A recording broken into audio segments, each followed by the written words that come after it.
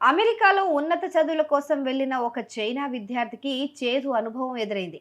University of Houston నుంచి full scholarship, అన్ని డాక్యుమెంట్లు ఉన్నా కూడా అతన్ని విమానాశ్రయంలో అడ్డుకుని వెనక్కి పంపించేశారు.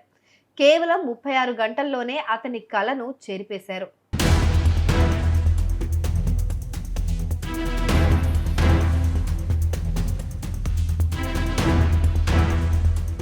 గ్యూ అనే 22 ఏళ్ల చైనా విద్యార్థి ఫిలాసఫీలో పోస్ట్ గ్రాడ్యుయేట్ చేయడానికి చైనా నుంచి బయలుదేరాడు.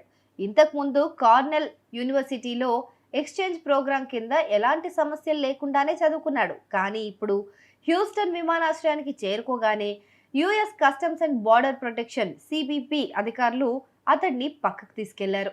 విమానాశ్రయంలో గ్యూను దాదాపు 36 గంటల పాటు నిర్బంధించి పదే పదే ప్రశ్నలు అడిగారు. ఈ సమయంలో అతని ఫోను, ల్యాప్టాప్ వంటి ఎలక్ట్రానిక్ పరికరాలను కూడా క్షుణ్ణంగా పరిశీలించారు. అధికారులు అతను కమ్యూనిస్ట్ పార్టీ సంబంధాల గురించి ప్రశ్నించారు. యు మాట్లాడుతూ తన తల్లిదండ్రులు పార్టీ సభ్యులైనా తాను మాత్రం ఎప్పుడూ ఆ సభ్యుడిగా చేరలేదని, అయితే చైనా యువతకు సర్వసాధారణమైన కమ్యూనిస్టు యూత్ లీగ్లో మాత్రం ఉన్నానని చెప్పుకొచ్చాడు.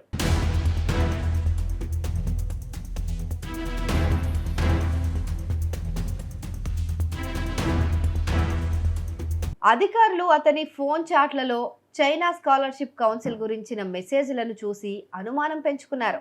గ్యూ వివరణిస్తూ అవి కేవలం క్లాస్మేట్స్తో సాధారణ సంభాషణలని, తనకు చైనా ప్రభుత్వం నుంచి ఎలాంటి ఆర్థిక సహాయం అందదని చెప్పుకొచ్చాడు. అయినా కూడా అధికారులు నమ్మలేదు. ఈ దర్యాప్తు మొత్తం 3 విడతల వారీగా 10 గంటల పాటు జరిగిందట. గ్యూ తన నిర్బంధ అనుభవాన్ని వివరిస్తూ అది శారీరకంగా, మానసికంగా ఎంతో బాధాకరంగా ఉందని చెప్పుకొచ్చాడు.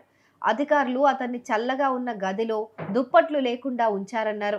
దాదాపు 40 గంటల పాటు నిద్ర లేకుండా, చలితో, ఆందోళనతో గడిపానని గ్యూ తెలిపాడు. చివరకు అధికారులు తగిన డాక్యుమెంట్లు లేవు అనే కారణంతో అతన్ని చైనాకు తిరిగి పంపించేశారట.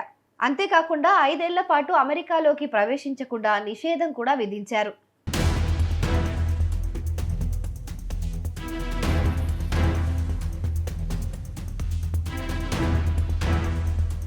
గ్యూ లాంటి సంఘటనలు చాలా మంది చైనా విద్యార్థులకు ఈ మధ్య ఎదురవుతున్నాయని చైనా ఎంబసీ ఒక ప్రకటనలో తెలిపింది.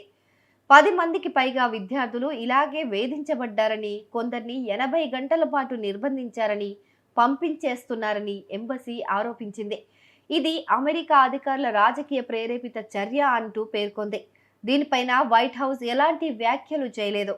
అయితే అధ్యక్షుడు ట్రంప్ మాత్రం తమ దేశం చైనా విద్యార్థులను స్వాగతిస్తూనే ఉందని చెప్తున్నారు. అయితే తమ దేశంలోకి ప్రవేశించేటప్పుడు మాత్రం జాగ్రత్తగా పరిశీలిస్తున్నామని అంటున్నారు.